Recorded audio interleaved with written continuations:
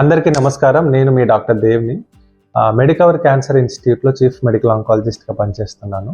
ఇవాళ మనము colorectal cancers diagnose చేయడం ఎలాగా, మరియు వాటిని ట్రీట్మెంట్ చేయడం ఎలాగా అన్నది దాని గురించి మాట్లాడుకుందాం.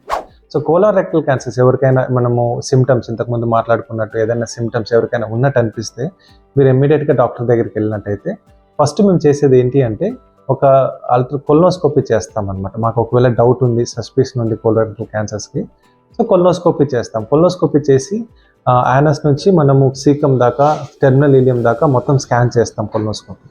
అక్కడ ఎక్కడైనా మాకు సస్పీషియస్ లీషన్ కానివ్వండి, కాయ కానివ్వండి, పుండు కానివ్వండి కనిపిస్తే వాటి నుంచి బయాప్సీ చేస్తాం. తద్వారా మనకి కోలోన్ క్యాన్సర్ ఉందా లేదా అన్నది కన్ఫర్మ్ అయిపోతుంది. అదయ్యాక స్టేజింగ్ పర్పస్ కోసం మనం సిటీ స్కాన్ కానివ్వండి, లేదంటే పెట్ స్కాన్ కానివ్వండి చేయడం జరుగుతుంది.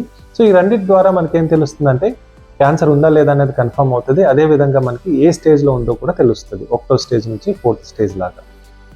సో ఇప్పుడు ట్రీట్మెంట్కి వచ్చేసరికి అయితే 1వ స్టేజ్, 2వ స్టేజ్, 3వ స్టేజ్ అన్నీ ఆపరబుల్ క్యాన్సర్స్ అండి. వీటిని అన్నిటికీ మనం ఏం చేస్తామంటే ఆ సర్జరీ చేస్తాము. సర్జరీ చేసిన తర్వాత మళ్ళీ పెథలాజికల్ స్టేజ్ డిటర్మైన్ చేస్తాము. పెథలాజికల్ స్టేజ్ అంటే TNM అంటాం అనమాట టెక్నికల్గా.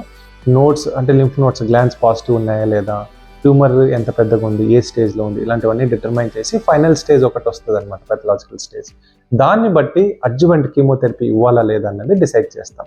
ఎవరికైతే నోట్స్ పాజిటివ్ ఉన్నాయో, ఎవరికైతే హై రిస్క్ ఫీచర్స్ ఉన్నాయో స్టేజ్ 2లో వాళ్ళకి 6 మాసాలు కీమోథెరపీ ఇవ్వడం జరుగుతుంది. ఎవరికైతే అర్లీ స్టేజ్ లైక్ స్టేజ్ 1 ఉందో, స్టేజ్ 2లో హై రిస్క్ ఫీచర్స్ లేవో వీళ్ళకి మనకి కీమోథెరపీ ఇవ్వాల్సిన అవసరం లేదు, సర్జరీ ఒకటే సరిపోతుంది.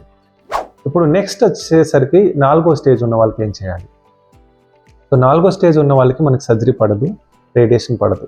సో 4వ స్టేజ్ ఉన్న వాళ్ళకి మేము ఏం చేస్తామంటే depending upon chemotherapy, targeted therapy, లేదంటే immunotherapy, depending upon the genetic molecular profile అంటాం అనమాట. ఆ బయాప్సీ చేసిన ట్యూమర్లో మేము ఏం చేస్తామంటే ప్రొఫైలింగ్ ఆఫ్ ద ట్యూమర్ అంటాం, NGS, నెక్స్ట్ జనరేషన్ సీక్వెన్సింగ్ ద్వారా దాన్ని మేము కొన్ని టెస్టులు రన్ చేస్తాము. KRAS, NRAS లాంటి కొన్ని మార్కర్స్ ఉంటాయండి.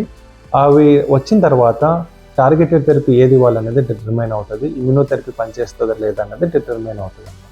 దీన్ని బట్టి మేము కీమోథెరపీతో పాటు టార్గెటెడ్ థెరపీ ఇవ్వాలా లేదంటే ఇమ్యూనోథెరపీ ఇవ్వాలన్నది డిసైడ్ చేస్తాము.